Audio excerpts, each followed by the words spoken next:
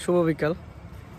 আমার একটা পছন্দের জায়গায় আসছে, এটা হচ্ছে কালকিনি ব্রাক অফিসের একটু সামনে একটা বালুর মাঠ আছে, বিশাল একটা বালুর মাঠ আছে। একটা চায়ের দোকান আছে, চা খাই। মাঝে মধ্যে আসে এখানে চা খাওয়ার জন্য। আমার কাছে জায়গাটা খুব ভালো লাগে। আজকে বিকালে আসলাম। আসার পরে একটা কথা মনে পড়লো যে আপনার ইংলিশে একটা কথা আছে, মানে লয়াল আর কি, লয়ালটি। এটার বাংলা অনুবাদ হচ্ছে বিশ্বস্ততা বা অনুগত। অনুগতটাই বেশি ভালো হয়, মানে বিশ্বস্ত প্লাস অনুগত আর কি। এই লয়াল ব্যাপারটা নিয়ে সবচেয়ে, মানে এটা মধ্যযুগে এবং প্রাচীন যুগে লয়ালটি ব্যাপারটা হচ্ছে গিয়ে অনেক যোগ্যতার মাপকাঠিকে ছাড়িয়ে গেছে। মানে আপনি রাজা নির্বাচন বলেন আর সেনাপতি বা উজিরে আজম নির্বাচনের ক্ষেত্রে লয়ালটিকে সবচেয়ে বেশি প্রাধান্য দেওয়া হয়েছে। এই ক্ষেত্রে সবচেয়ে বেশি পাগলামি করছে সুলতান সুলেমান। তিনি ছিলেন অটোমান সাম্রাজ্যের 10ম সুলতান, খুবই পাওয়ারফুল ছিলেন। প্রায় 46 বছর ক্ষমতা ছিলেন, 1520 থেকে 1566 এরকম। উনি এই লয়্যালটির ব্যাপারে বেশ পাগলামি করেছেন। সেটার জন্য যারা লয়্যালটি বা অনুগত ছিলেন না তাদেরকে সর্বোচ্চ শাস্তিগুলো দিয়েছেন। সেই শাস্তির ক্ষেত্রে উজিরে আজম ম্যাক্সিমামই তার বোনের হাজব্যান্ড ছিল, তার বড় ছেলে মোস্তফা এবং তার ছোট ছেলে বাইজিদকে মৃত্যুদণ্ড দিয়েছিলেন। জাস্ট লয়্যালটির জন্য, অনুগত না এই জন্য। আবার পুরস্কৃত করেছেন এই লয়্যালটির জন্য।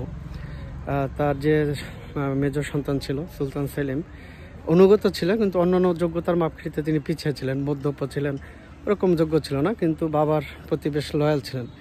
এজন্য পরবর্তীতে সে রাজা হয়। সেটা উনি যেটা বেশি পাগলামি করেছেন সেটা হচ্ছে ওনার যে বন্ধু ছিল আর কি, রাজার আগে বন্ধু ছিল ইব্রাহিম পাশা, পরবর্তীতে উজিরে আজম হয়েছেন। ওনার কাছে উনি বোন বিয়ে দিয়েছিলেন। খুব কাছের বন্ধু ছিলেন, বলতে গেলে বিভিন্ন যুদ্ধের জয় বেশ ভালো পরামর্শক ছিলেন। বিভিন্ন জয়ে তার বেশ অবদান ছিল। তো উনি যখন উজির আজম হলেন, উনি উজির আজম বানাবেন, তখন ইব্রাহিম পাশা বললেন যে জাহাপানা, উজিরে আজমের পোস্টটা খুব ভাইটাল, এখানে অনেকে আসলে রাজারা মৃত্যুদণ্ড দেয়, আমি আপনার হাতে মৃত্যুদণ্ড নিতে চাই না। তখন সুলতান সুলেমান কথা দিলেন যে আমি রাজা অবস্থায় কখনই মৃত্যুদণ্ড দিব না। কিন্তু ক্ষমতার পালা বলেন একটা সময় ইব্রাহিম পাশা বড় ছেলের প্রতি, মানে সুলতান সুলেমান বড় ছেলে মোস্তফার প্রতি একটু মানে দুর্বল হয়ে পড়লেন বা তার প্রতি সমর্থন জানালেন। বিভিন্ন রাজনৈতিক প্রেক্ষিতে ইব্রাহিম পাশা তার মানে নিরপেক্ষতা ধরে রাখতে পারলেন না, বায়াস্ট হয়ে গেলেন।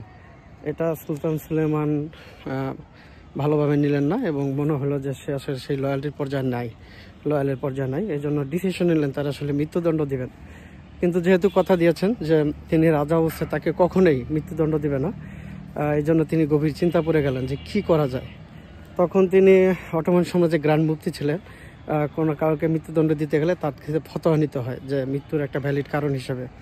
তিনি ফতোয়া মুফতির কাছে গেলেন, গিয়ে বললেন যে আমি তো তার কথা দিয়েছিলাম যে রাজা অবস্থায় তাকে আসলে মৃত্যুদণ্ড দিতে পারবো না, কিন্তু পরিস্থিতি অবস্থা তাকে মৃত্যুদণ্ড দিতে হয় না, সাম্রাজ্যের ক্ষতি হয় বা সাম্রাজ্য যে কোনো সময় কলাপস করতে পারে, কি করা যায়।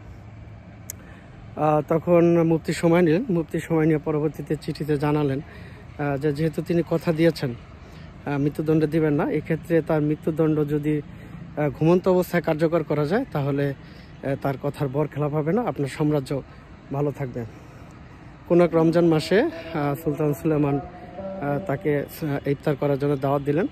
ইফতার করলেন একসাথে এবং বললেন সেহরিটা আমার সাথে খেয়ে যাও। তো ইব্রাহিম পাশা ওই দিন রাতে থেকে গেলেন এবং তাকে গভীর রাতে ঘুমন্ত অবস্থায় তার মৃত্যুদণ্ড কার্যকর করা হয়। তো এটা হচ্ছে লয়্যালটি রাখতে তিনি যেমন পুরস্কৃত করেছেন, তেমনি যারা অনুগত ছিলেন না তাদেরকে, বা বিশেষ করে ইব্রাহিম পাশা এত কাছের বন্ধু বা তার জীবনের সমস্ত সফলতা যে অংশীদার, তাকেও তিনি অনুগত না থাকার কারণে মৃত্যুদণ্ড দিতে পিছপা হননি। সেটা যেভাবে হোক সেটাকে তিনি ভ্যালিড করে নিয়েছেন। So loyalty does matter.